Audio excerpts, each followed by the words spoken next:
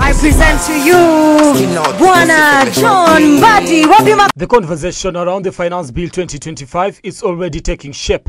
With the budget weeks away, the government is working around the clock to avoid what was witnessed last year by engaging the youth one by one.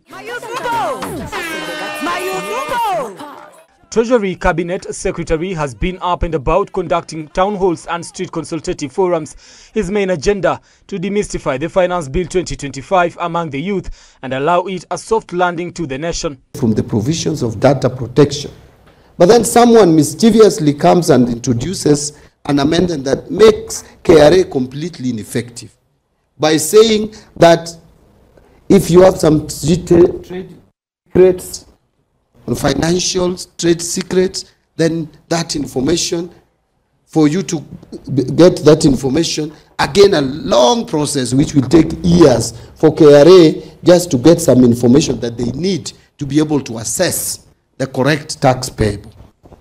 Because let me tell you, ladies and gentlemen, this country, we should also not allow tax cheats to hide behind laws to run away from paying what they should pay. With opposition rife on a bill that has already been tabled, the CS Treasury is calling for deep and focused reading of the bill before opposition, calling on the youth to give much attention to details. We need to be more involved in budget process in terms of advocacy, because if no one speaks for this segment of health, this kind of health challenge, which we have, the mental health, then it will not be captured during the sectoral engagement.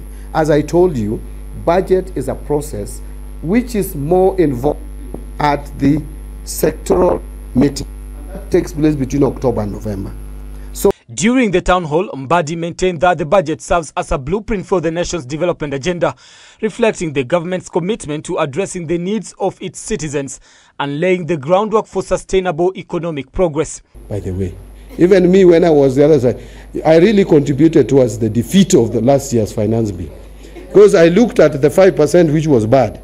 95 was okay.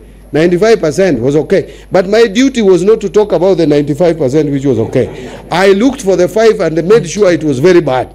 Because that is the role of opposition. But now that I'm in government, I talk about the 95%.